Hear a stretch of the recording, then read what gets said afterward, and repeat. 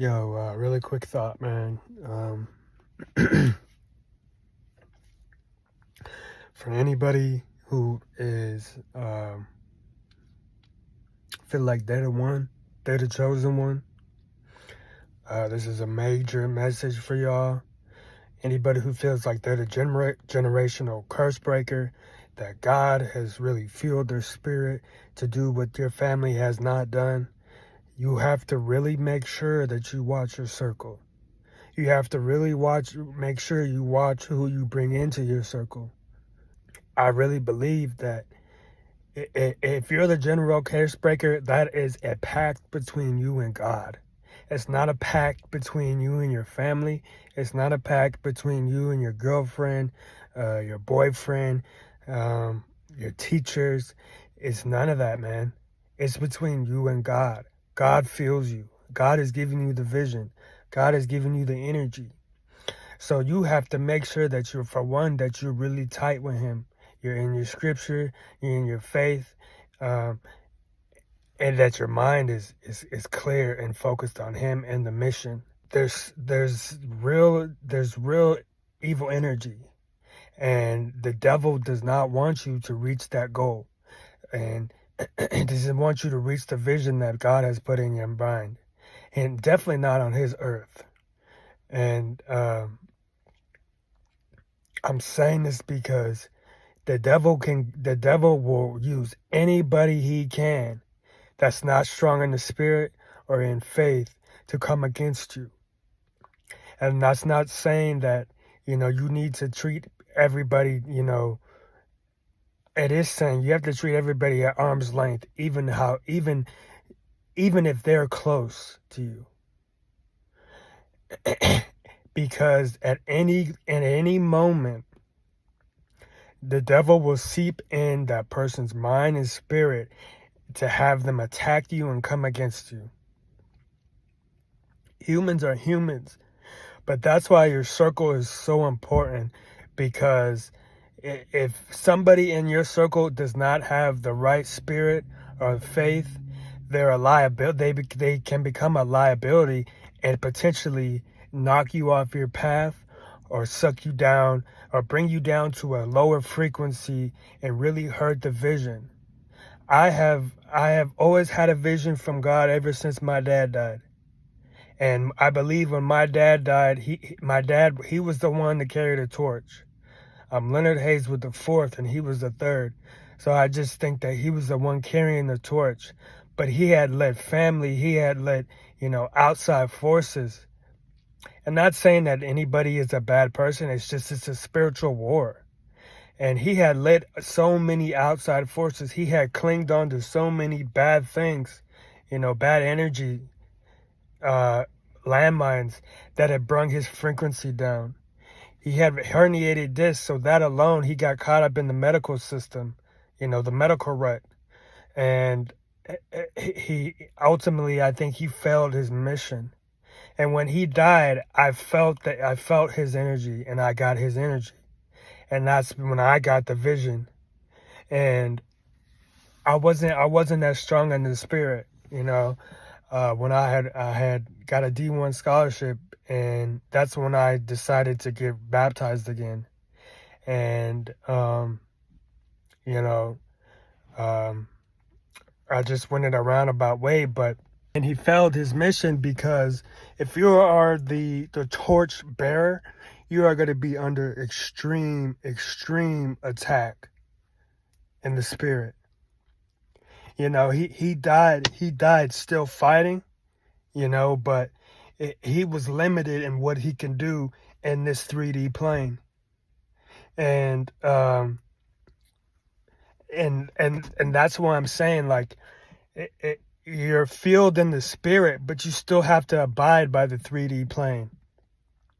And for the chosen ones, for the people who are chasing a dream and chasing a goal, you really have to watch these entities that really got to come and try to take your spirit away. And you have to look beyond the flesh. And it's really important, because it could be the ones that are closest to you that the devil will use. That's the easiest for him. They're the closest. They're close to you, and they know you. They know you. They've been around you enough to know your weaknesses and your strengths and how to twist them up and take advantage of it. So by any means, if you're the ring bearer, the torch bearer, and your family, and you're trying to reach that goal to get your family out or to get yourself out of a certain situation, poverty, you know, to be the generational curse breaker, you have to watch who is near you. And you have to watch them from a spiritual level to see if they're really for God, if they're practicing God, or if they're for the world. And if they are worldly, you need to watch them. And if you have to, you need to cut them.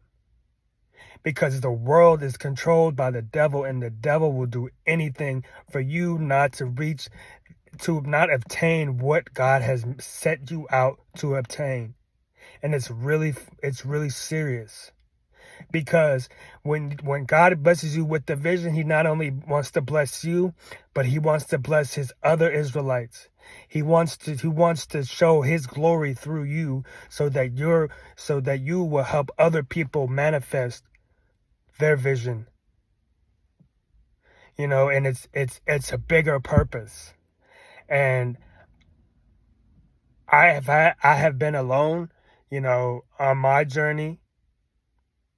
You know, I've had family around to a certain point, but there comes to a certain point where you're gonna go higher and higher and higher, and people are not gonna relate. You know, they're gonna think you're crazy. You know, all these different spirits, the spirits of envy, spirits of jealousy. You know, you become a mirror to man, and everybody, believe it or not, wants to live a blessed life. You know, it's kind of skewed now. It's kind of skewed now that it's just money, but everybody has a lifestyle that they want. You know, and people, unfortunately, people will step on you to get that. That's just how it is. It's a dog-eat-dog world.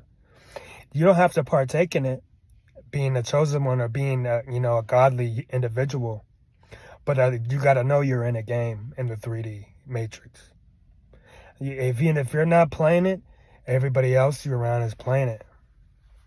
So you just need to be aware of your circle, because at any given moment, the devil seeks to kill and destroy you.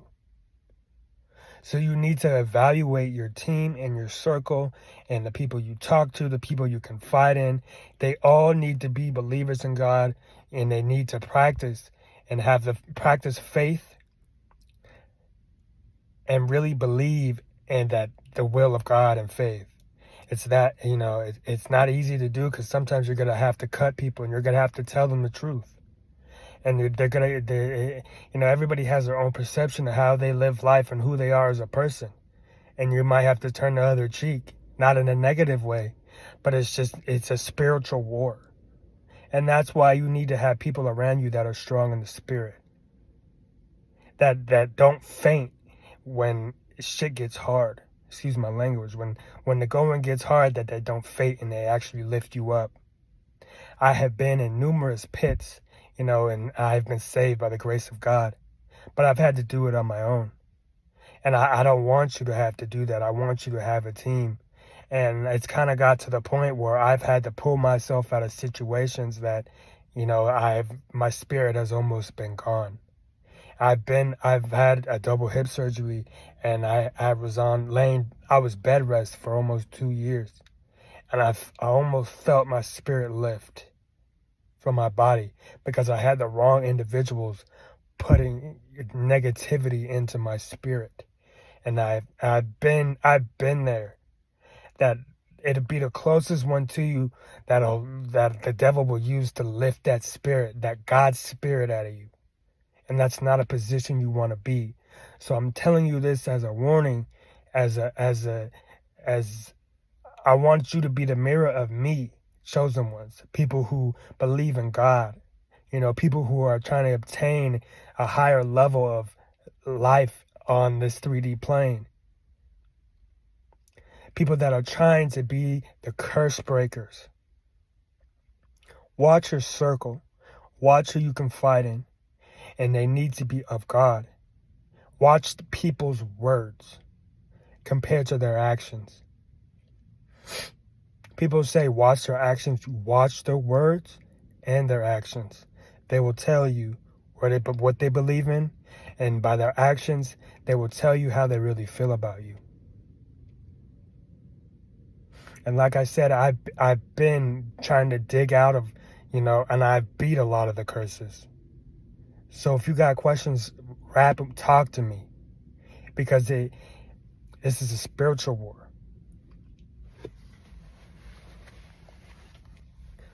I've been backstabbed by the people I thought that really had my back. I've all those times that